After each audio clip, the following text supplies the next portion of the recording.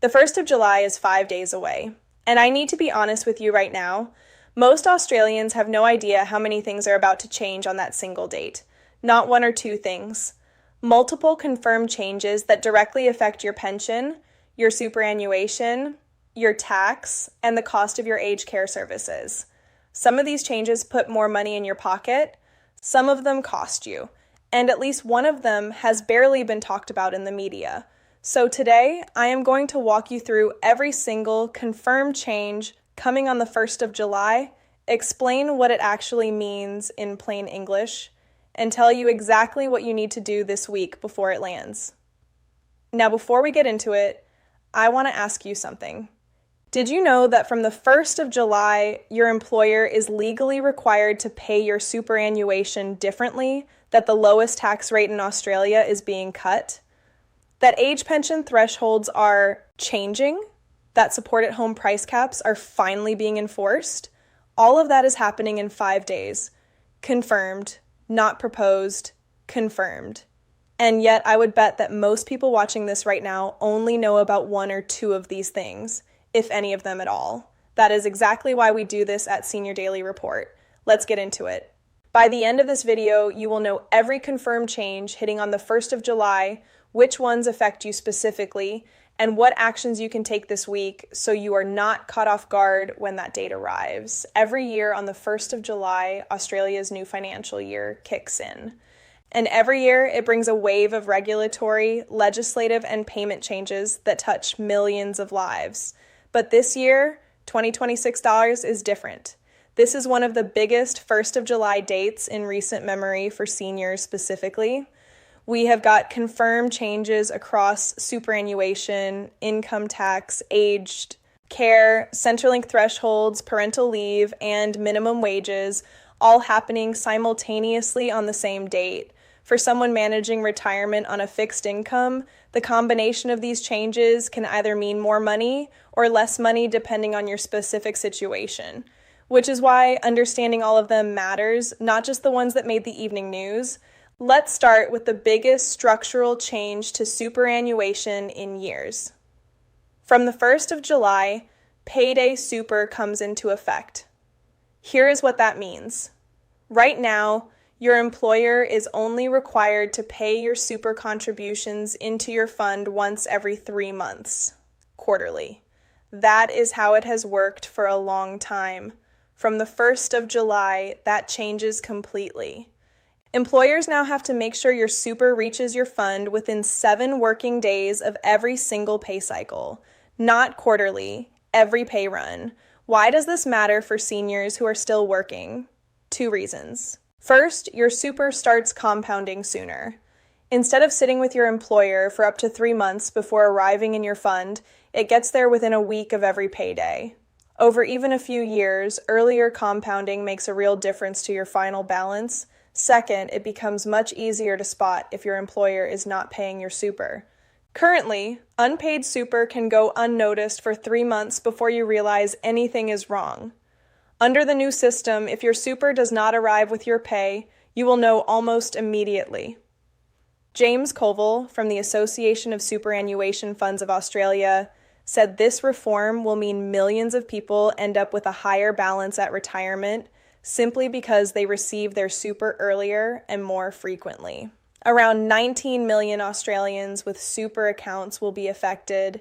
If you are still working in any capacity, even part-time, this change is directly relevant to you. Keep an eye on your fund from the 1st of July and make sure contributions are arriving consistently. From the 1st of July, more than 14 million Australian taxpayers will receive a tax cut. The lowest marginal tax rate, currently 16% on income between $18,201 and $45,000, drops to 15%. For most people, the saving is up to $268 for the full financial year. It is not a dramatic amount, but it is real money and it applies automatically. You do not need to apply for it, fill in any form, or contact anyone. It just happens. On top of that, from this financial year, there is also a $1,000 instant tax deduction for work-related expenses. This means you can reduce your taxable income by $1,000 without needing to provide receipts or itemize individual deductions. Now, for age pensioners who do not have taxable employment income, the direct impact of the tax rate cut is limited.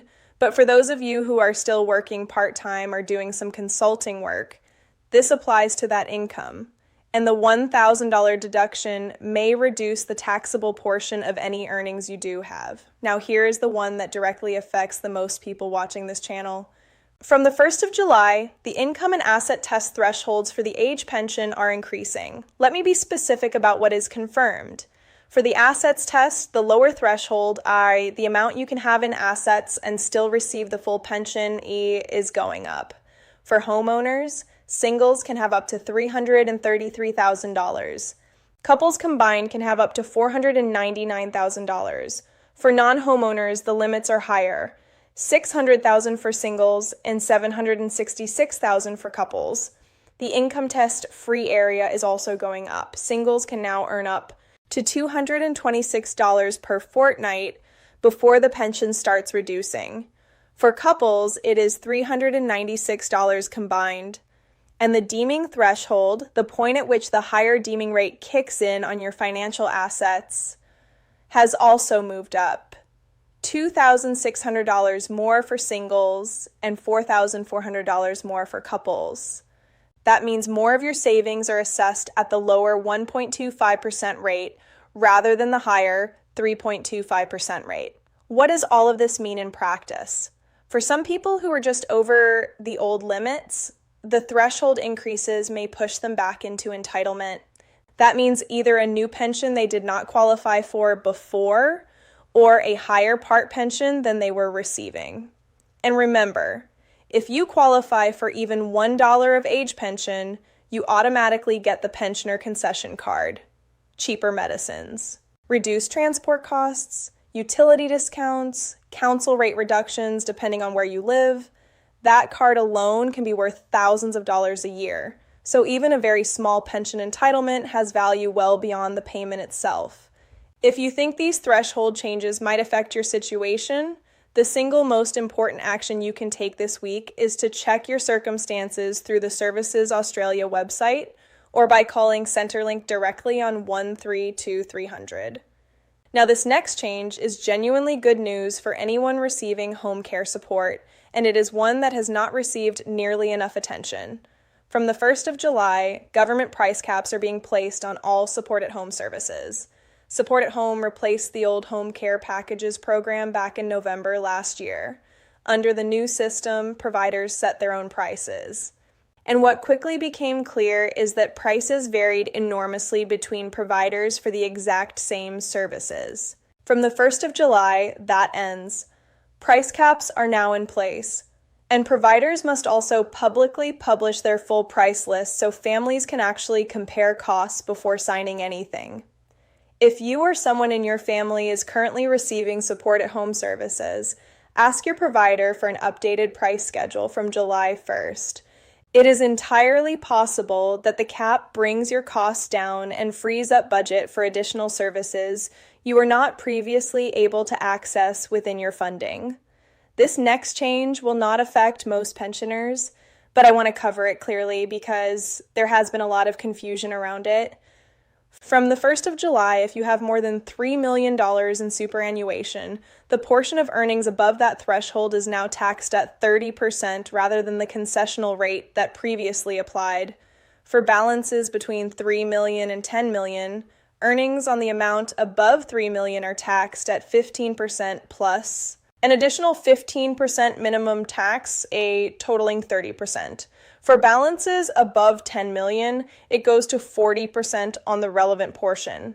Now, the important thing for age pension recipients specifically. Services Australia and the department have confirmed that age pension recipients are explicitly exempt from the 30% minimum tax on capital gains that is also being introduced on the same date. If your super is well under $3 million, which covers the vast majority of Australians, this change does not affect you at all. But if you do have a larger balance or you're advising family members who do, it is worth speaking to a financial advisor about the implications before the 1st of July. For anyone still working in any capacity, including part-time or casual roles, the national minimum wage is going up from the 1st of July. The new national minimum wage is $26.44 an hour. That is equivalent to $1,004.90 per week, based on a 38-hour week before tax. Award wages across hundreds of industries are also increasing by 4.75%.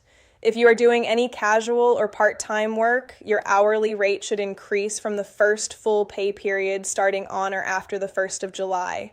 And remember, if you are an age pensioner who is working, the work bonus allows you to earn up to $300 per fortnight from employment without it affecting your pension at all. Unused amounts accumulate up to $11,800 as a buffer for busier periods.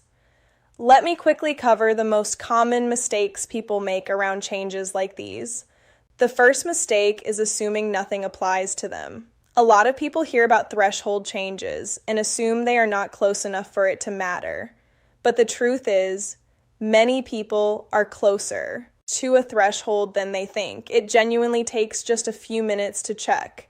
The second mistake is waiting until after July 1st to look into it. The changes are live from that date. If your circumstances have shifted, the sooner Centrelink knows, the sooner your payment adjusts. The third mistake is not checking the pensioner concession card.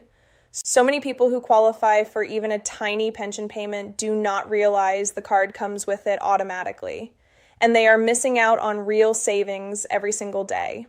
James Koval from ASFA noted that the Payday Super reform alone will mean millions of Australians reach retirement with a higher balance than they would have under the old quarterly system. Earlier compounding is not just good in theory over a working life. The difference in outcomes is meaningful.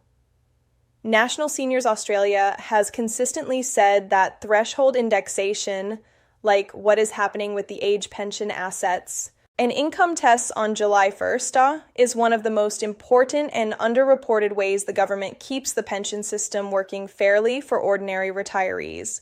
When thresholds do not keep pace with real asset values, people get cut off from entitlements they genuinely need.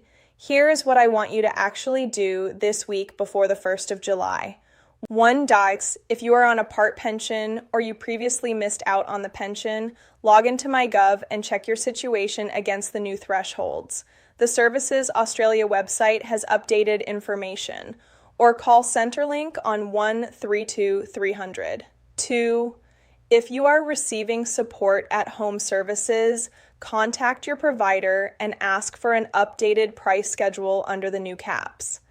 Check whether your costs are changing. 3. Soccer eyes. If you are still working, confirm with your employer that your pay and super arrangements are correct from the 1st of July. Under Payday Super, super should arrive in your fund within 7 working days of every pay run. 4. If you have a taxable income from any source, the tax cut happens automatically, but it is worth understanding how it affects your overall tax position, particularly if you are also managing super drawdowns. 5. If someone in your family has more than $3 million in super, talk to a financial advisor before July 1st about the new tax arrangements, just to bring it all together. From the 1st of July 2026, these are the confirmed changes. Payday Super. Your super must arrive in your fund within 7 working days of every pay run. Income tax cut. The lowest marginal rate drops from 16 to 15%, saving most working taxpayers up to $268. Age pension thresholds. Assets test and income test limits going up, meaning some people now qualify who didn't before. Deeming threshold increase.